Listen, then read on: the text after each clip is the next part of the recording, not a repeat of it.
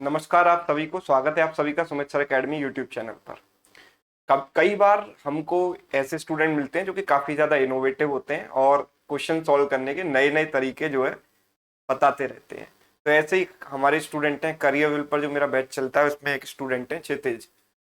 ये सवाल मैंने क्लास में डिस्कस किया था करियरविल वाले बैच में, और उन्होंने एक बहुत अच्छा मेथड इसका जो है सजेस्ट किया, और मैं चाहूंगा कि मैं आपके साथ भी उसको डिस्कस करूं। है ना, मेथड बहुत आसान है ना, बहुत जल्दी इस सवाल को सॉल्व किया जा सकता है। Loss incurred by selling an article for 800 is 23% more than profit gained by selling same article for 1246। Find the cost price of this article.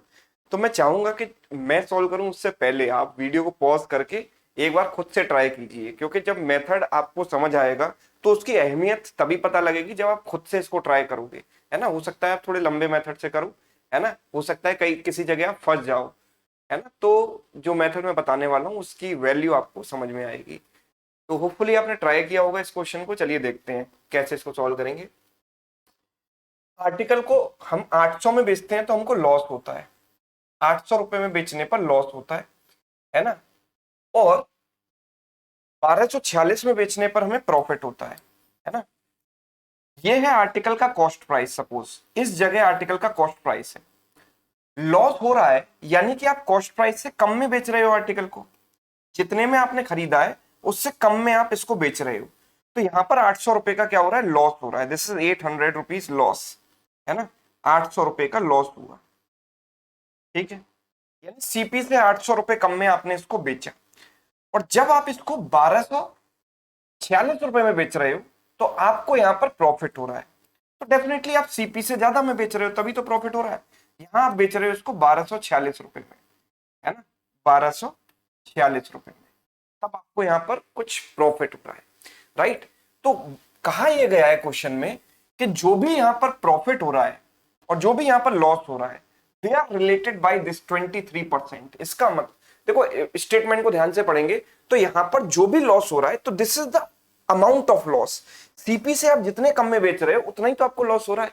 वो 23% ज्यादा है इस पर्टिकुलर प्रॉफिट से, कि 1246 में बेचने पर जो प्रॉफिट आपको हो रहा है, ये वाला लॉस इससे 23% ज्यादा है। तो मैं क्या करता हूं, अगर मैं इसको 100 रुपए का प्रॉफिट मान लेता हूं, लेट सपोज कि यहां पर जो प्रॉफिट हुआ है वो 100 रुपए का है, तो यहां जो लॉस होगा वो 123 रुपए का होगा। इससे 23% ज्यादा। भाई 100 से 23% ज्यादा 123 हुआ ना। तो क्या मैं ये कह सकता हूं कि ये जो टोटल इन दोनों के बीच का जो डिफरेंस है, इन दोनों प्राइसेस के बीच का जो डिफरेंस है वो कितना है? क्या मैं ये कह सकता हूं कि ये जो डिफरेंस है, आप 1246 में बेचोगे 800 में बेचोगे, तो अंतर कितना आ रहा है? 446 रुपए का, है ना। 1246 माइनस 800 किया तो 446 का जो अंतर आ रहा है वो किसके बराबर है? इस टोटल के बराबर, 100 प्लस 123 यानी कि 223 के बराबर। यस, आप इस वैल्यू, इस सेलिंग प्राइस और इस सेलिंग प्राइस के बीच का डिफरेंस निकालोगे तो डिफरेंस 446 है। और वो डिफरेंस किसके बराबर होगा? इस वाला डिफरेंस प्लस ये वाला डिफरेंस, ये प्लस ये, मतलब टोटल 223। तो हम ये कह सकते हैं कि 223 यूनिट की वैल्यू 446 के बराबर हो गई। एक यूनिट की वैल्यू 2 के बराबर हो गई।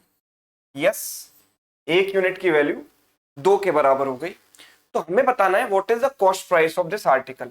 तो कॉस्ट प्राइस हमें यहां पर बताना है, मतलब मुझे यहां पर ये वैल्यू अगर मैं देखूंगा तो ये 100 यूनिट है। तो ये जो 100 यूनिट है उसकी वैल्यू कितनी हो जाएगी? अगर एक यूनिट की वैल्यू 2 है तो 100 यूनिट की वैल्यू 200 हो जाएगी। मतलब जो मेरा कॉस्ट प्राइस है वो 1246 से 200 रुपए नीचे है। अगर आप सेलिंग प्राइस में से प्रॉफिट घटा देते हो तो you'll get cost price, because profit is SP minus CP. Profit is SP minus CP, so CP is nothing but SP minus profit, right.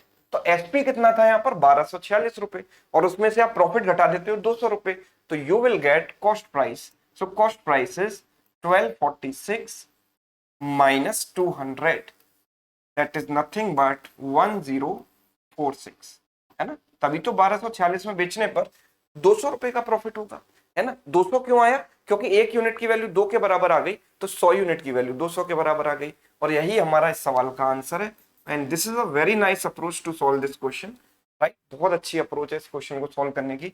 उम्मीद है आपको ये समझ आई होगी। तो ये अप्रोच आपको कैसी लगी ये आप कमेंट करके जरूर बताइएगा। Right, thank you so much.